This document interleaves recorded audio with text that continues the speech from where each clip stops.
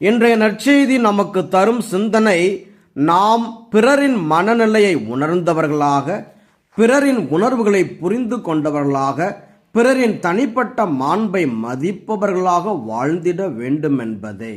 ஆம், இன்றைய நற்செய்தி அதை நமக்கு அழகாக, ஆழமாக, தெளிவாக உணர்த்துகின்றது. நற்செய்தியில் யோசேப்பு மரியாவை இகழ்ச்சிக்குள்ளாக்க விரும்பாமல் மறைவாக விலக்கிவிட திட்டமிட்டார் என்ற இறைவார்த்தையை வாசிக்க கேட்கிறோம்.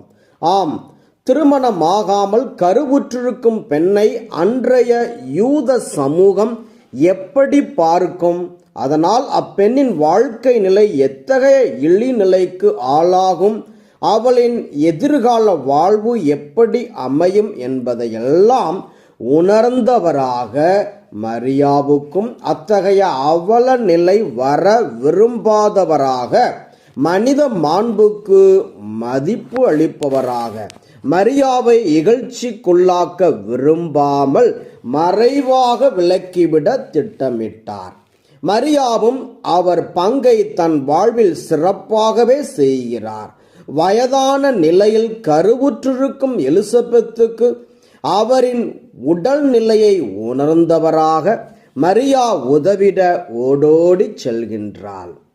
கானாவூர் திருமணத்திலும் ரசம் காலியானதால் அத்திருமண வீட்டார் மனநிலை எப்படி பாதிக்கப்பட்டிருக்கும் என்பதை உளமாற உணர்ந்தவராக தன் மகனிடம் அப்பிரச்சனைக்கு தீர்வை அளித்திடும் பொறுப்பை ஒப்படைக்கின்றார்.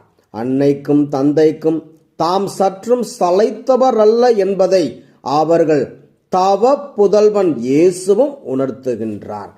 நயின் ஊர் கைம்பெண்ணின் இறந்த மகனை அந்த தாயின் உணர்வை புரிந்தவராக, அவரின் வாழ்வு என்னவாகும் என்பதை உணர்ந்தவராக தாமாக முன்வந்து அவரின் மகனை உயிர்ப்பித்து கொடுக்கின்றார்.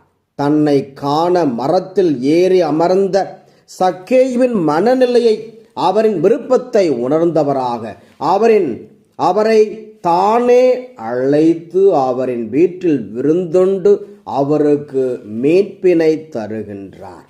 ஆம், இம்மானுவேலாகிய இறைவன் நம்மோடு இருக்கின்றார். நம் குறைகளை, பாவங்களை உணர்ந்தவராக, வலுவின்மையை புரிந்தவராக நம்மை தம் பேரிரக்கத்தால் எந்நாளும் காத்து பராமரித்து வழி நடத்துகின்றார். நாமும் பிறரின் மனநிலையை உணர்ந்து, அவர்களின் தேவைகளை உணர்ந்து, அவர்களின் உணர்வுகளுக்கு